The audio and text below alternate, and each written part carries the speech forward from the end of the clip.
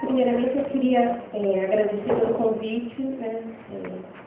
Foi uma semana difícil para saber se conseguiria vir ou não, e vai ser um plano B, que era um DVD que eu tinha gravado, enfim. Mas era muito importante vir porque, de várias maneiras, eu tenho uma dívida de gratidão com o Ivan, que me possibilitou contar a sua história, e essa história se tornar grande parte do meu trabalho de pesquisa.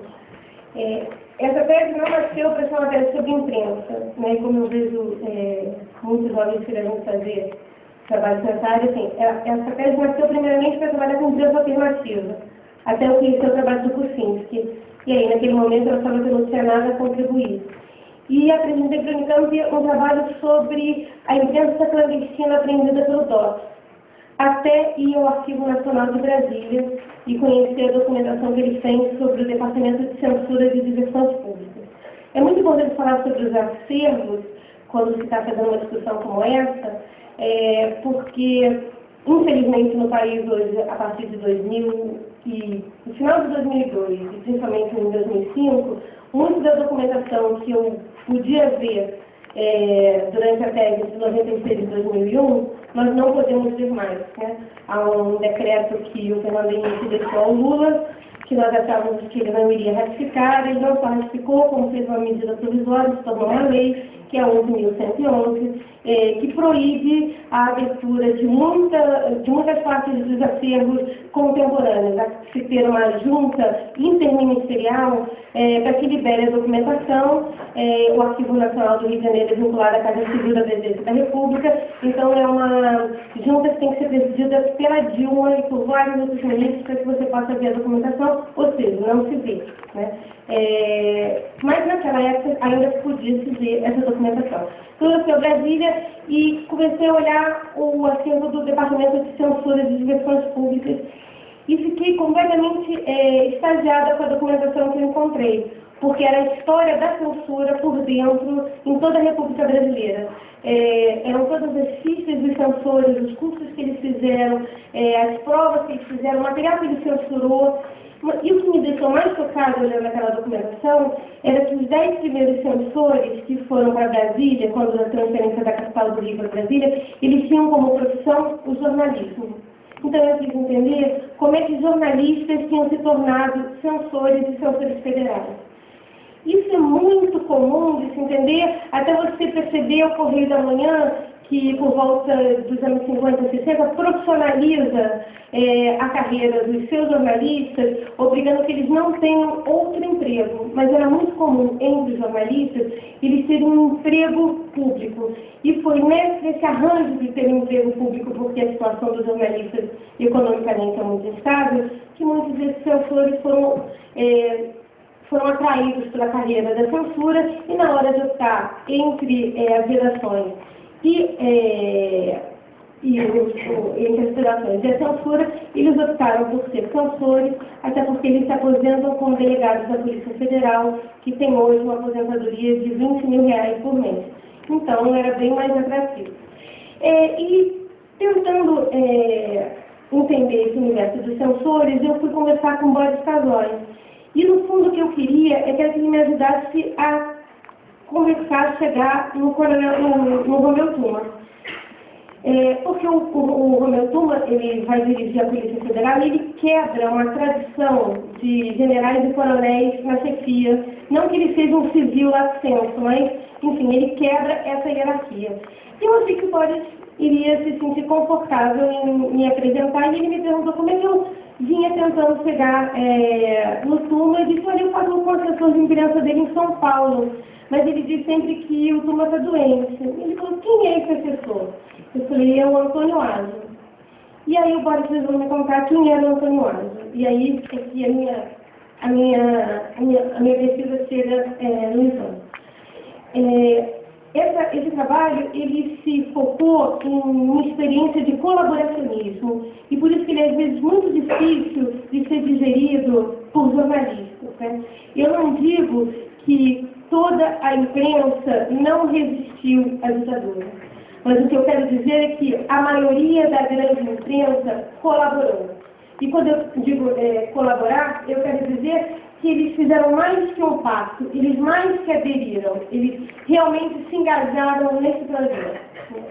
E para tentar exemplificar como essas coisas aconteceram, é muito interessante um editorial que o Milor Fernandes faz, no número 300 do Pasquim, que é mais ou menos em março de 75. Em março de 75, o chefe da censura aqui em São Paulo, o Dr. Romão, ele liga tanto para o pessoal do Pasquim como para o Oliveira Ferreira no Estadão e fala assim, olha, a partir de hoje a gente não vai mais aí. Aí o pessoal do Estadão e o Oliveira perguntam, mas se vocês não vêm, a responsabilidade é de quem? E o Dr. Romão fala, a responsabilidade é de vocês. E o Milor, nesse número 300, diz que a responsabilidade sempre foi do jornalista, mesmo quando o jornal estava sendo censurado. E o editorial é muito bonito porque ele diz que sem censura não quer dizer com liberdade. Esse editorial gerou muita polêmica dentro do Pasquim, ele vai para as bancas, o Pasquim é novamente apreendido, e aí a redação racha, o Milor sai, e aí começa a ser a era viral, né, mais forte dentro do Pasquim, mudando radicalmente a posição do jornal. Se você pensar, existiram apenas 220 censores no Brasil, isso contando desde os anos 50 até o final, em 88, quando a Constituição termina com essa carreira dentro da Polícia Federal. Se você tem que percorrer o país inteiro censurando jornais, revistas, teatro, cinema, propaganda, música, como é que esses 220 super-homens lidaram com esse manancial de informações que tinham que ser cortadas? Isso acontece porque a imprensa brasileira optou por colaborar, por estabelecer a autocensura. E a autocensura talvez seja um dos temas mais delicados para os jornalistas enfrentarem. Ela não se inaugura no pós-64 na imprensa brasileira, né? O Cláudio Bueno diz com muita precisão que a gente tem que entender a imprensa como uma empresa que visa o lucro. Então, naquele jornal só sai o que o patrão quer. O jornalista ele pode escrever o que ele quiser, mas ali vai ter uma pessoa que vai cortar e vai dizer o que vai ser publicado. E é o que o Boris Casoy me admitiu na própria entrevista. A Folha optou por fazer autocensura, por preservar o dedo perdendo alguns anéis, né? E é isso que vai se montar no esquema da Folha da Manhã. Eu só queria estabelecer que o que acontece na Folha de São Paulo não é um ato isolado. Ela aconteceu na maioria das empresas de comunicação desse país. O Jornal do Brasil estabeleceu normas, pontos que podiam ser publicados, e o Sete Câmara diz isso ao Alberto Dines. Quando o jornalista não souber cortar, faça você como censor. Use a caneta vermelha. Isso está num documento interno do Jornal do Brasil, que eu publiquei na tese, que foi me entregue pelo Zé Silveira, que era o secretário de redação na época. A Abril montou outro esquema para se preservar. Ela tem um funcionário que vai a Brasília dar curso aos censores, para mostrar a eles como se deveria censurar, porque se você for a Brasília e ver as cartas da sociedade civil ao ministro da Justiça, a sociedade pede por uma censura mais forte, porque ela acha que está se passando muitas matérias em jornais e na televisão que não deveria passar. Então, esse funcionário da Abril, e são longas as correspondências entre o Vitor Civita e o diretor da Polícia Federal na época, agradecendo o envio do funcionário, e ele não vai um ano seguido, ele vai vários anos dar esse curso aos censores de como eles deveriam agir. A TV Globo faz uma coisa bastante parecida. Ela contrata, no final dos anos 70, início dos anos 80, censores aposentados para fazer a autocensura dentro da televisão, porque ela não quer passar por risco de ter capítulos de novela censurados, que geraria um prejuízo muito grande. Então, essas são algumas empresas que estabelecem relações com a censura, e a Folha de São Paulo, o que ela faz é construir um jornal que ela entrega à polícia, né? Então, eu vou um pouco só historicizar como é que isso aconteceu. No final dos anos 60 e 67, a empresa a Folha de São Paulo, a Folha da Manhã, acha conveniente reeditar um jornal, o Jornal da Tarde, que tinha acontecido entre 49 e 59, porque o seu concorrente, o Estado de São Paulo, criou o Jornal da Tarde. Não, o Estadão correu... o Estadão cria o Jornal da Tarde, que era vinculado a cobrir as matérias para os estudantes, o movimento estudantil, e que tinha um público leitor bastante grande.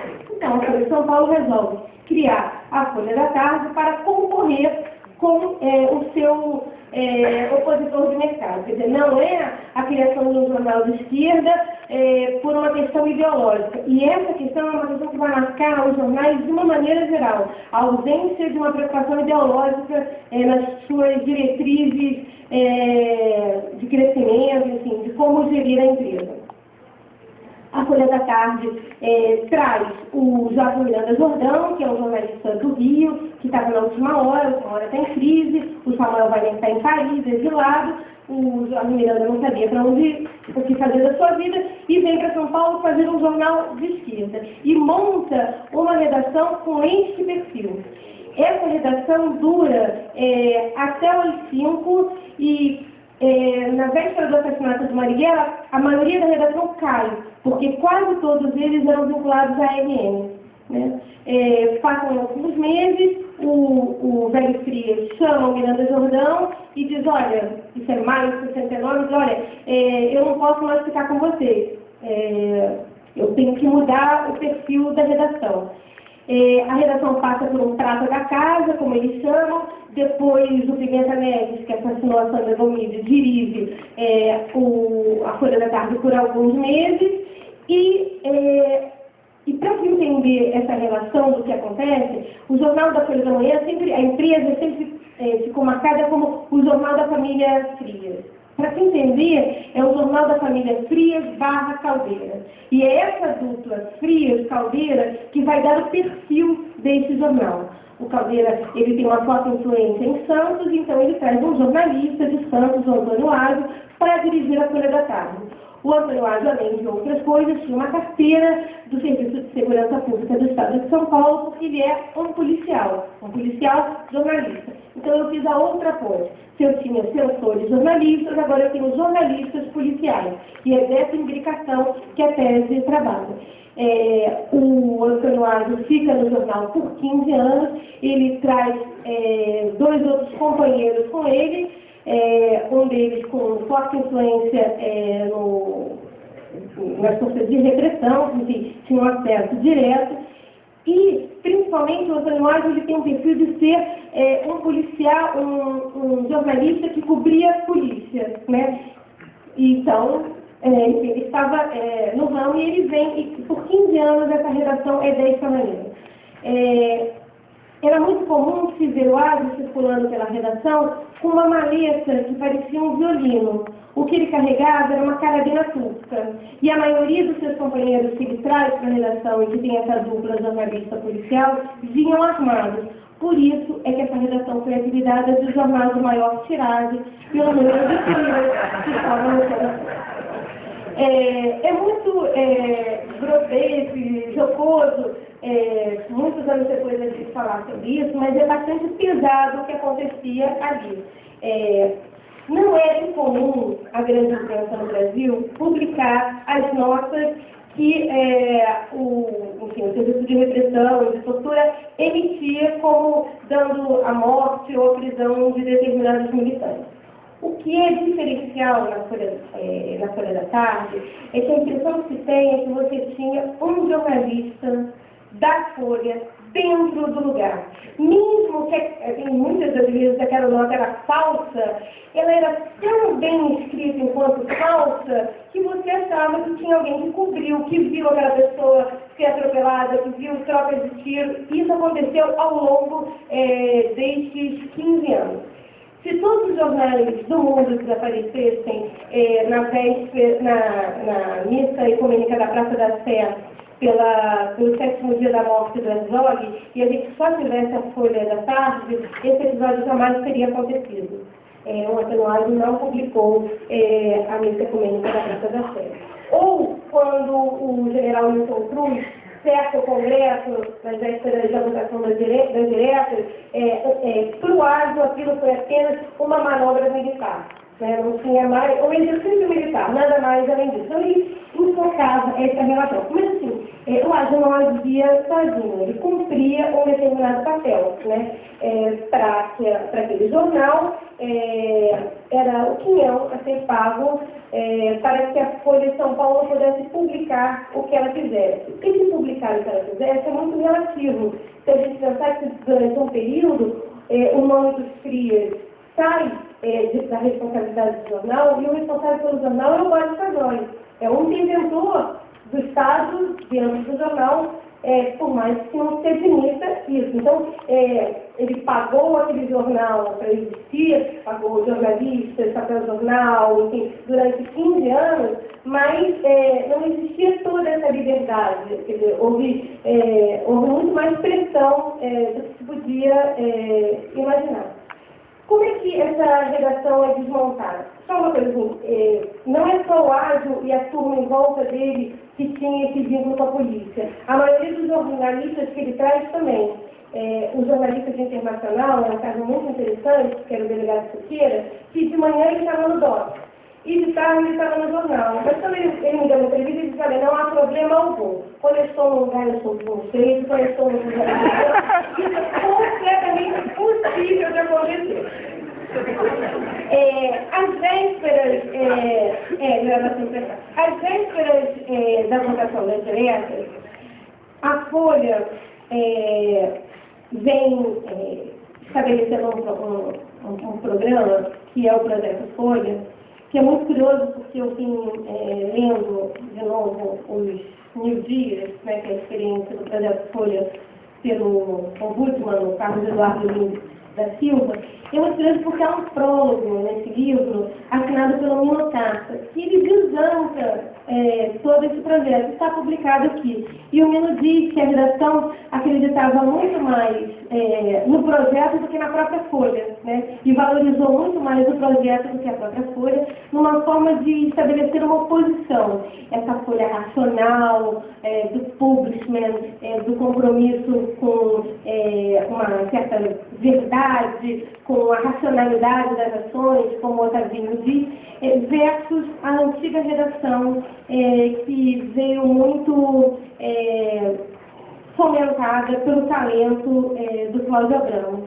E o Mino Carta vai dizer aqui que é uma forma que o Otávio tem de tentar explicar que ele está nesse lugar do publishment não por um direito divino ou como um herdeiro natural, mas porque ele é capaz de se revoltar contra o pai, o Cláudio Abramo, que o criou, e criar um jornal o oposto do que o Cláudio Abramo teria instituído como as práticas do jornalismo.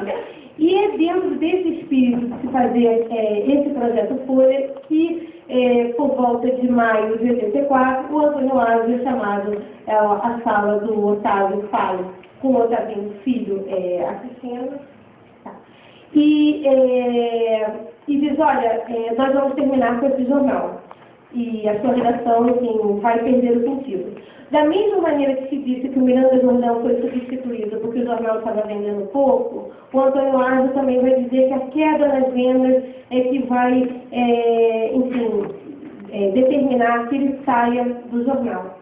E ele sai do jornal, enfim, fazendo pela primeira vez em 15 anos um editorial, porque o jornal não tinha um editorial, ele tinha uma chave, quebrando um pacto que ele faz com os frios de não se manifestar. Ele fica aposentado por ali, como a maioria daquela redação, e ele se torna, desde aquela época e até as últimas vezes que nós nos falamos, o assessor de imprensa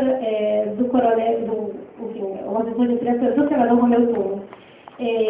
As últimas vezes que nós nos falamos é porque o Antônio Ágio tem um jornal virtual chamado O Jornal, porque depois dessa tese ele mandou uma carta ao reitor da Unicamp pedindo a cassação do meu título de doutora, e o reitor disse então que ele havia sido um processo civil, se ele tinha alguma coisa contra. Como ele não tinha, ele abriu um jornal. E eu falei para ele que eu ficava muito feliz, porque ele estava aposentado. Então agora ele tinha uma ocupação de um jornal que ele gostava muito, porque tem sempre uma mulher pelada de um lado, uma série sensacionalista, é como ele gostava de aprender essas questões. Mas enfim, só para concluir, essa é a experiência que o jornal vai estabelecer, como a Folha de São Paulo, a empresa Folha da Manhã, se posicionou em relação ao regime do pós-64, como a maioria da grande imprensa, ela aderiu, e no pós-68 ela colaborou. Ela colaborou e nos próprios editoriais do Otávio Frias Pai, Oliveira, ele, logo quando os carros da Folha são queimados, ele vem a público num editorial e assina, dizendo que aquela coisa de terrorista não tem lugar nesse país. Ele se posiciona dizendo do absurdo daquilo e corroborando de que eles estavam fazendo uma ação correta. Né? Esse o jornal, esse tipo de imprensa que vai se construir nesse momento.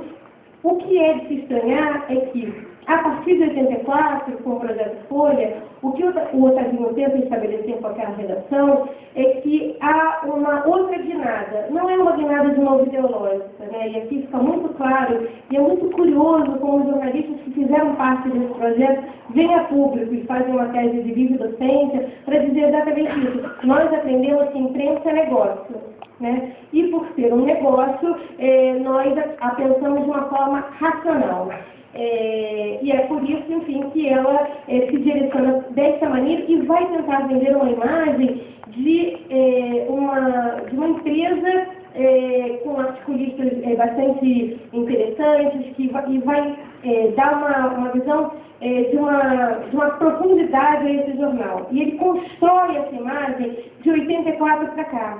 Por isso que é bastante curioso por que aconteceu essa escorregadela, que as pessoas dizem, bom, era um editorial que falava do Chaves, então a gente achava que as coisas não iriam passar. E como o próprio Comparato e a Maria Estrada dizem, as pessoas não leem editorial, então, mas ela leu. Né? Então, por que essa escorregadela? E mais para frente, por que de novo se escorregar agora nessa questão da Dilma? Quer dizer, fatalmente não vem mais da Folha de São Paulo, da empresa Folha da Manhã, o dinheiro, o grande capital. O grande capital está no UOL, enfim, está nos desdobramentos da empresa, não está mais ali. Então é bastante curioso. Eu só queria lembrar um único fato, que é um fato bastante doloroso que a Folha da Tarde vai passar, é que existiram enfim, militantes da PPR, né, que, eu estou dando certo aqui, que estabeleceram um ato que ficou conhecido como um meia-culpa público, ou como o professor Daniel Arão Filho me sublinhou, o que na época se denominou de os desbundados. Né? Alguns desses militantes que vêm a público torturados ou não para fazer essa declaração, eles renegam a sua experiência na luta armada. E, muito curiosamente, 3 desses ex-militantes vão trabalhar na Folha da Tarde, posteriormente, como jornalistas. Esses realmente saíram de um caminho para se engajar no outro. Era isso. Muito obrigada.